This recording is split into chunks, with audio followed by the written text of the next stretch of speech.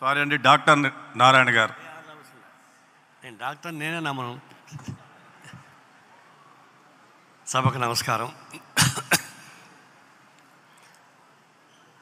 రాజశేఖర్ గారిని కావడానికి ఒకసారి నేను వెళ్తే ఆయన ఆ డ్రెస్లో ఉంటాడు, ఇప్పుడు పంచికట్టు. నేను ఇప్పుడు వచ్చాను ఇదే డ్రెస్ పోయా. నన్ను చూడగానే ఏంటి మా ఎగ్జిక్యూటివ్ స్టాఫ్ లాగా ఉన్నావు నువ్వు అన్నాడు. అవును, నువ్వు అవుట్డేటెడ్, నేను మోడర్న్ అన్నాను.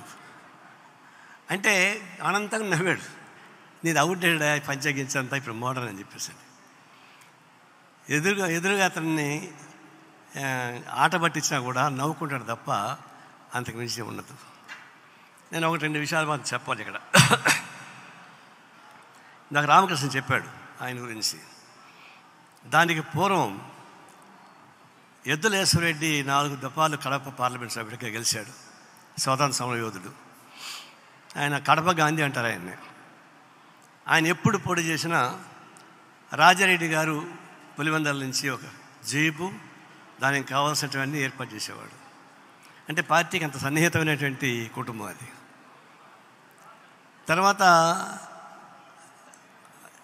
రాజశేఖర్ గారిని రాజకీయ నాయకుడిగా చూడాలని చెప్పేసి ఆయన కోరిక. డాక్టర్ అయిన తర్వాత పెద్ద హాస్పిటల్ కట్టించాడు. నువ్వు డాక్టర్గా ఉండు అంటే రూపాయి పేషెంట్ తీసుకోవడం. ఆయన నెలకు అప్పుడే 25,000 రూపాయలు దీనికి సబ్సిడీ ఇచ్చేవాడు హాస్పిటల్కి.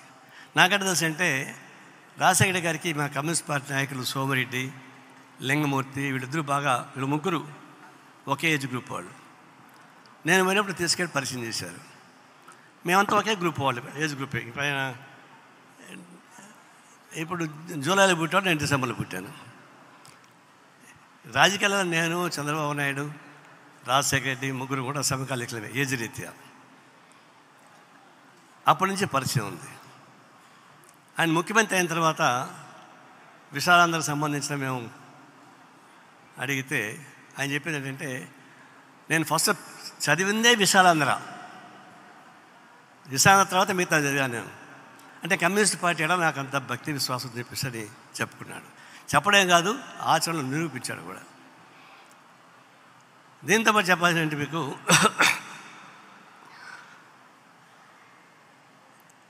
ఒక కార్పొరేట్ అతను చెప్పింది ఏంటంటే,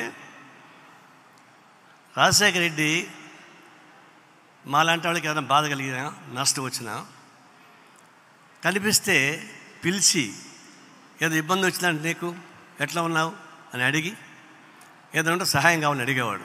అంటే కొన్ని సహాయం చేయలేరు, మాట శాంతి పని చేయని సాధ్యం కాదు. అటు అడిగేవాడు. మిగతా వాళ్ళు ఉన్నారు, మనం బాగుంటే హాయిగా వచ్చి మాట్లాడతారు, మనం బాగలేకుండా పోతే చూసి చూడకుండా వెళ్ళిపోతుంటారు. నాకు 2 రాజకీయ నాయకులతో పరిచయం ఉంది, 2 రాజకీయ నాయకులతో అనుభవం కూడా ఉంది. అదే తిరుమల కొనకి వచ్చాడు అపోజిషన్ లీడర్గా. అప్పుడు ఆయన కుర్రాళ్ళకి ఉత్సాహం ఎక్కువ, రాజశేఖర్ చూడగానే చపాకాయలు కాల్చారు. అప్పుడు కొండపైన యాక్టివిటీస్ ఉండకూడదు చెప్పని 8 మంది కేసులు పెట్టారు అప్పుడు టీడీపీ గవర్నమెంట్. తర్వాత రాజశేఖర్ ముఖ్యమంత్రిగా వచ్చాడు. గెస్ట్ హౌస్ ఎక్కేటప్పుడు పైన చూశాడు, అడంతా దారాలు అమ్ముకునేవాళ్ళు కదా, డాలర్స్ అమ్ముకునేవాళ్ళు పిల్లలు. ఒకడు గుర్తుపట్టి సెక్యూరిటీని పంపించాడు అని చూసిరమ్మని. ఆ సెక్యూరిటీ వాడిని తీసుకెళ్ళాడు పైకి, మాట్లాడుకుంటూ పోయారు. అర్ధరాత్రి పూట ఈవో అప్పుడు ఆఫీసులో ఎవరు వచ్చి అడిగి, కాఫీ బోర్డు ఉంది కదా కొండపైన, చాలా కాస్ట్లీ ఏరియా, కాఫీ బోర్డులో ఒక షాప్ ఇచ్చేశారు. ఎందుకంటే అతను వచ్చినప్పుడు కేసు పెట్టించుకున్నాడు, జైలుకు పోయినాడు, చూశాడు దాన్ని. అతనికి తెలియదు సహాయం చేసి, అతను అడగలేపోయి తనే పిలిచి ఒక షాప్ ఇప్పించాడు. ఆనాడు అది 1 కోటి రూపాయల వాల్యూ, రోజుకు 1000 రూపాయలు రెంట్ ఇస్తారు. కాబట్టి ఈ రెండు చూడవచ్చు మనం. పేదవాళ్ళకి అట్లా సహాయం చేస్తాడా, చేస్తాడని. దీంతోపాటు కొన్ని డెవలప్మెంట్స్ కొన్ని ప్రాబ్లమ్స్ వచ్చాయి. ఇందాక పోతిరెడ్డిపాడు హెడ్ లెక్టర్ చాలా కాంట్రవర్సీ ఇష్యూ. వాళ్ళ పార్టీలో 2 వ్యతిరేకం, రెడ్డి బ్రదర్స్. పోతిరెడ్డిపాడు హెడ్ లెక్టర్ విస్తృతం చేయకుండా పోతే రాయలసీమ నష్టం వస్తుంది. అప్పుడు నేను స్టేట్ సెక్రటరీగా ఉన్నా. నేను దానికి గట్టిగా సపోర్ట్ చేశాను సిపిఐ నుంచి. అప్పుడు వాళ్ళు నా పైన కంప్లైంట్ ఇచ్చారు.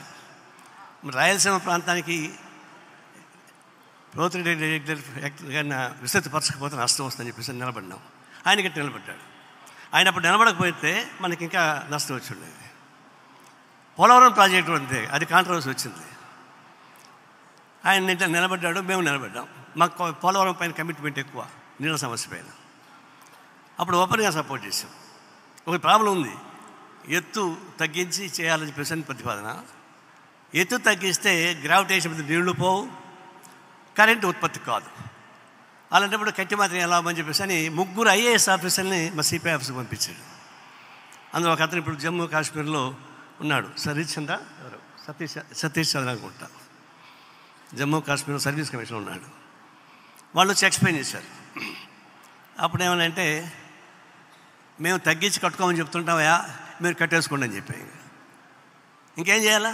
ప్రాజెక్ట్ నిజంగానే ఎత్తు తగ్గిస్తే అదే పని రాదు. అది అలాంటి ఇష్యూస్ పైన, నీళ్ళ ఇష్యూస్ పైన నిలబడి ఫైట్ చేశాం.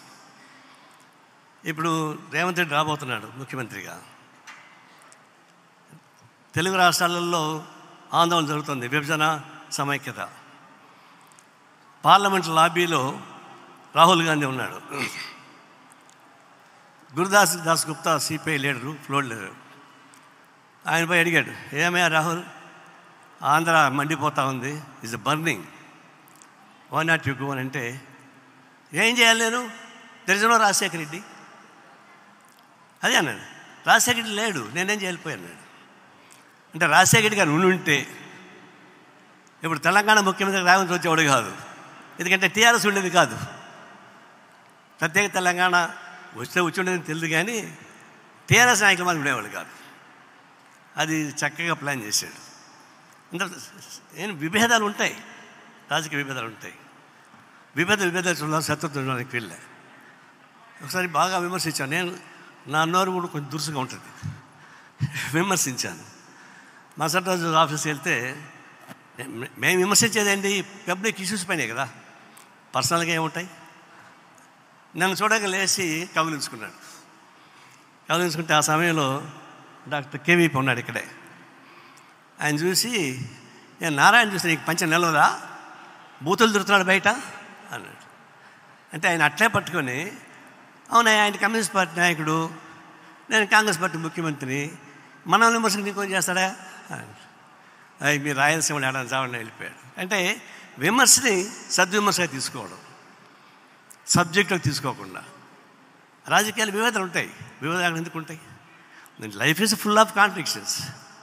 అటువంటి రాజకీయాల విభేదాలు ఉంటాయి, విభేదాలు చూడాలి తప్ప దాన్ని శత్రుత్వంగా చూడకూడదు. రాజకీయాలు పవిత్రమైంది, రాజకీయ వ్యవస్థ ముందుకు పోదు కదా, విభేదాలు ఉంటాయి. అందులో డెమోక్రటిక్ కాన్స్టిట్యూషన్ మంది, రాజ్యాంగాన్ని ప్రేమిస్తున్నాం, అది నడవాల్సిందే. అందుకే రాజకీయం అంత పవిత్రమైందో దానికి ఈ మానవ జన్మ ఎంత గొప్పదో దానికి సంబంధించినటువంటి వ్యవస్థ అంత గొప్పది. దాని చొక్కాని రాజకీయాలు కావాల్సిందే, ఇంకో మార్గం లేదు.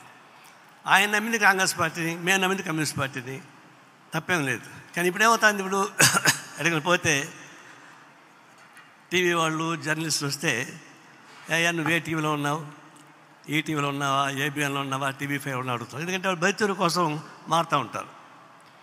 కానీ ఇప్పుడు వస్తే రాజకీయ నాయకులు కూడా మీరు ఏ పార్టీలో ఉండాలని అడగాల్సిన పరిస్థితి ఏర్పడిపోయింది. ఉండరు, పొద్దున ఒక రాజకీయ పార్టీలో ఉంటారు, మధ్యాహ్నం ఒక పార్టీలో ఉంటారు, సాయంత్రం ఒక పార్టీలో ఉంటారు.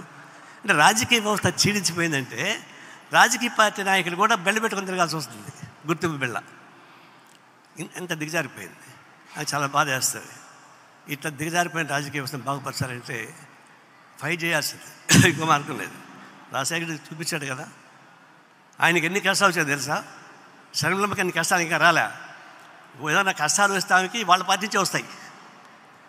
కాంగ్రెస్ పార్టీ ఎన్ని కష్టాలు వచ్చాయి రాజశేఖర్కి? కాంగ్రెస్ పార్టీ ఆయన చాలా ఇబ్బంది పెట్టారు. కాంగ్రెస్ గవర్నమెంట్లోనే ఆయన భార్య స్టేషన్ రద్దు చేయించారు, తర్వాత కర్నూలు ఫ్యాక్టరీ రద్దు చేయించారు. కాబట్టి ఆయన తక్కువేం కాదు. శర్మిలమ్మ గట్టిగా ఉండు, వస్తాయి. ఆయన నిలబడ్డాడైతే ఇంటర్నల్గా ఎదుర్కొన్నాడు, బయట ఎదుర్కొన్నాడు, నిలబడ్డాడు కాబట్టి ఆయన ఇప్పుడు ఒక్క మాట చెప్పాలంటే is the Jammu of the personality in the politics. పేరు తెచ్చుకున్నాడు. అందరూ ఫైట్ చేయాల్సింది, ఇంకో మార్గం లేదు. పార్టీ లోపల వస్తాయి, బయట వస్తాయి, ఎదుర్కోవాల్సిందే. ఎందుకు ఎదుర్కోవడం అంటే రాజకీయాలు నమ్మాం కాబట్టి. రాజకీయాల్ని హ్యాపీగా తీసుకోవడం లేదు. దీనికి వచ్చి అక్కడ ఇంకొక మార్గం వచ్చింది. మామూలు సామాన్య సమస్య వస్తే మాత్రం మాట్లాడేవాడు, విభేదించని చెప్పేవాడు, మనిషి అని చెప్పేవాడు. రాజకీయ వ్యవస్థలో ఒక విలక్షణమైన వ్యక్తిగా మేము చూస్తున్నాం. అలాంటి రాజశేఖర రెడ్డి 75వ జయంతి సందర్భంగా మాట్లాడడం బాధ చేసినా తప్పదు. పుట్టుడు గిట్టుడు కొరే కదా, ఇంకా మార్గం లేదు.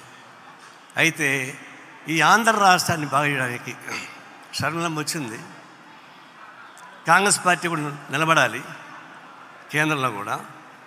ఈ రాష్ట్రంలో మళ్ళా చెప్తున్నాం, ఈ రాష్ట్రంలో డబల్ ఇంజన్ మళ్ళీ చెప్పుకున్నారు. బీజేపీ డబల్ ఇంజన్ చెప్పుకున్నారు. కాబట్టి డబల్ ఇంజన్ చేసినప్పుడు దాన్ని ఇంకా గట్టిగా ఫైట్ చేయాలి.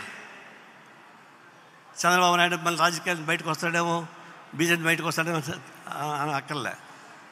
ఈ రాష్ట్రాన్ని అన్యాయం చేసిన ఒక చంద్రబాబు నాయుడే 2 మాటలు బీజేపీ తెప్పించాడు వీడికి, ప్రమాదకరమైన రాజకీయ పార్టీని. అందుకే ఇప్పటి నుంచి మేము సవాళ్ళు చెప్తున్నా, మీరు నిలబడండి, కమ్యూనిస్ట్గా మేము నిలబడతాం. ఇప్పటి నుంచి కలిసి సమస్యలపైన, రాజకీయాలపైన కలిసి పోరాటం సాగిద్దాం, ఆంధ్ర రాష్ట్ర రాజకీయం మారుద్దాం అని చెప్పి హామీ ఇస్తా సెలవు తీసుకుంటా ఉన్నాను. Thank you very much sir.